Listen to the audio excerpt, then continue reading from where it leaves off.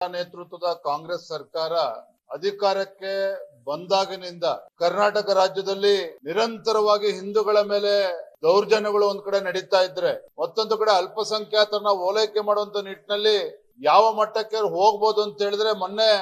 Cabinet ಅಲ್ಲಿ ತೆಗೆದುಕೊಂಡಿರ್ತಕ್ಕಂಥ ನಿರ್ಧಾರ ಅಂತ ದೇಶದ್ರೋಹಿಗಳ ವಿರುದ್ಧ ಯಾರಿವತ್ತು ರಾಜ್ಯದಲ್ಲಿ ಒಂದು ಕಾನೂನು ಸುವ್ಯವಸ್ಥೆನ ಹಾಳು ಮಾಡಬೇಕು, ಹಿಂದೂ ಮತ್ತು ಮುಸಲ್ಮಾನರ ಮಧ್ಯೆ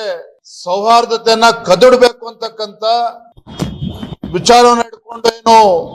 ಈಚ ಕೆಲಸವನ್ನ ಮಾಡಿದ್ರು, ಅವ್ರ ವಿರುದ್ಧನೂ ಕೂಡ ಆಳಂದ ಘಟನೆಯಲ್ಲಿ ಅವ್ರ ವಿರುದ್ಧನೂ ಕೂಡ ಕೇಸನ್ನ ವಿಡ್ರಾ ಮಾಡುವಂತ ಕೆಲಸವನ್ನ ಕ್ಯಾಬಿನೆಟ್ ತೆಗೆದುಕೊಂಡಿರ್ತಕ್ಕಂಥದ್ದು. ಅಂದ್ರೆ ಎಲ್ಲೋ ಒಂದ್ ಕಡೆ ಕಾಂಗ್ರೆಸ್ನವರು ತಮ್ಮ ವೋಟ್ ಬ್ಯಾಂಕ್ ಅನ್ನ ಸುಭದ್ರಗೊಳಿಸ್ಕೊಳ್ಬೇಕು ಅಂತ ಹೇಳಿ ಪದೇ ಪದೇ ಈ ರೀತಿ ನಿರ್ಧಾರಗಳನ್ನ ಮಾಡ್ತಾ ಇರುವಂತದ್ದು ಎಲ್ಲವನ್ನು ರಾಜ್ಯದ ಜನರು ಕೂಡ ಗಮನಿಸ್ತಾ ಇದ್ದಾರೆ. ಒಂದು ವಿರೋಧ ಪಕ್ಷವಾಗಿ ನಾವು ಕೂಡ ಅದನ್ನು ಗಮನಿಸ್ತಾ ಇದ್ದೇವೆ.